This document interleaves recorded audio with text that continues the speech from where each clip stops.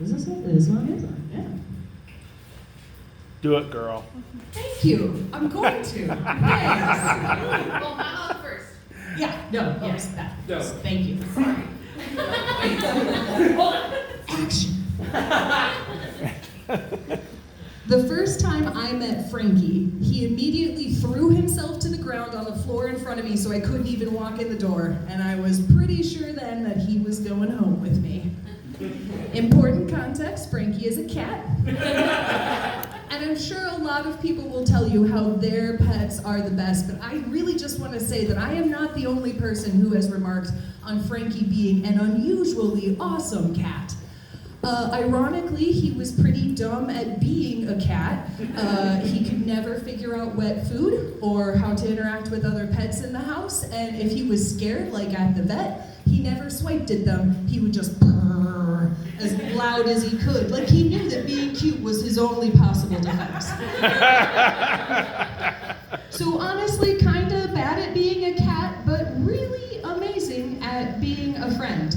And the brand new thing I'm going to share with you tonight is about how after 14 years together, I'm learning how to grieve my first family member. Aww. Yeah, we're bringing it right down. We're getting it out of the way, downer time. I adopted Frankie when I went off to grad school and was going to be living by myself for the first time. So he really was the first member of my family where we chose each other. He did go home with me that day, and I'm really fighting myself because I want to tell you all the fun stories, but if I do that, I won't have time for the sad story, which is the one I want to tell.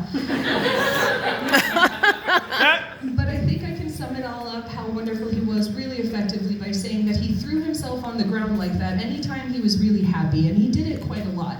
And when he did, you'd reach down to pet his tummy and he'd scare you because he'd grab you with his paws and you'd think he was going to do that claw attack rabbit kick thing that cats do when you try to pet your belly. Instead, without his claws, he would use his paws to put the person's hand from his tummy to his head because he liked head pats better than tummy pats. Aww. I love you, Frankie. Thank you. Me too. After 14 years together over the course of a weekend, it became clear that it was time. By Monday morning, he wasn't able to eat or drink anymore, and I made the call to the vet, and the appointment was Monday afternoon. So we spent the whole day together, and I really treasure the memory that I have of knowing he had one good moment on his last day, because sitting out in the sun getting pets from me, he dug his head into my hand like cats do when they're really digging on the pets.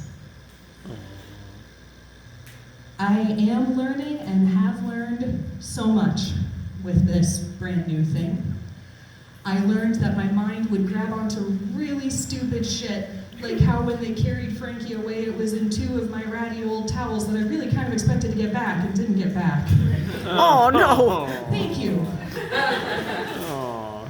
I learned how incredibly hollow and empty I feel when I leave my house with a pet and come back without him.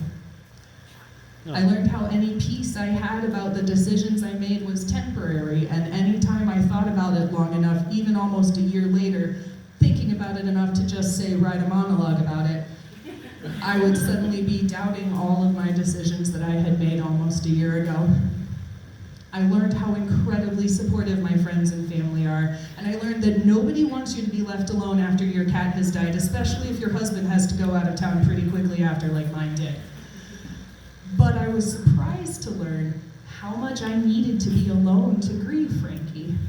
He and I were together when there was nobody else with me, so it felt right to have nobody else with me as I grieved him. I'm an atheist, so human deaths are already harder, I think, for me, because I don't believe in a promise of a reunion or a heaven or an afterlife.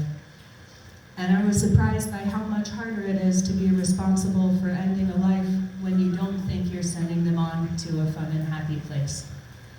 So I already knew that the songs about death were not going to connect with me, because they always imply I'll see you again, and I unfortunately don't think so. As I tell all my friends who believe, I hope you're wrong. I hope I'm wrong. That was important. I hope I'm wrong.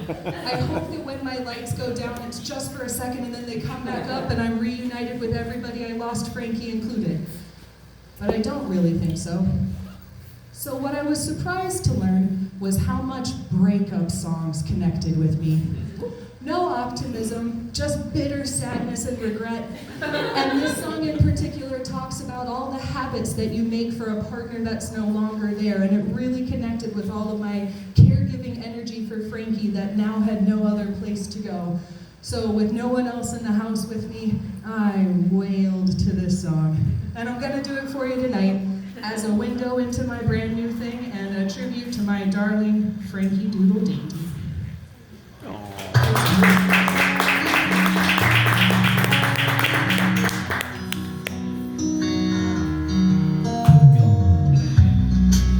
Don't have time to get water, just gotta finish.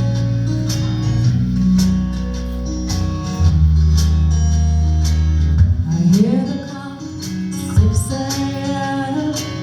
I feel so far from where I've been. I got my eggs and my pancakes too. Got my maple syrup, everything but you. I break the yolks and make a smiley face. I kinda like it in my brand new face. Wipe the spots up off the mirror, don't leave the keys in the door. I never put my towels on the floor anymore, 'cause dreams last for so long, even after you're gone. I know you love me, and soon I will see you left me.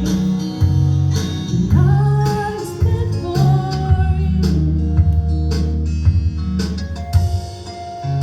Called my mama, she was out for a walk, and sold a cup of coffee, and I didn't want to talk, so I picked up a paper. It was more bad news, more hearts been broken, more people been used. Put on my coat in the pouring rain. I saw a movie, it just wasn't the same, 'cause it was happy or I was sad, and it made me miss you oh so bad, 'cause dreams last for so long, even after you're gone. I know that you love me, and soon you will see you left me. And I was meant for you. I called out for business, doing fine. Besides, what would we be if we had some more time? Same old story, not much to say. Hearts are broken every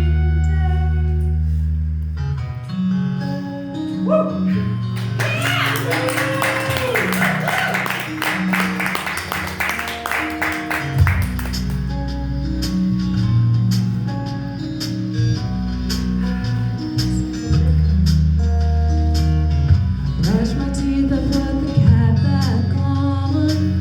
I know you hate it when I leave the light on. I pick up a book and turn the sheets down and take a deep breath. And I could look around, put on my PJs and hop into bed. I'm half alive, but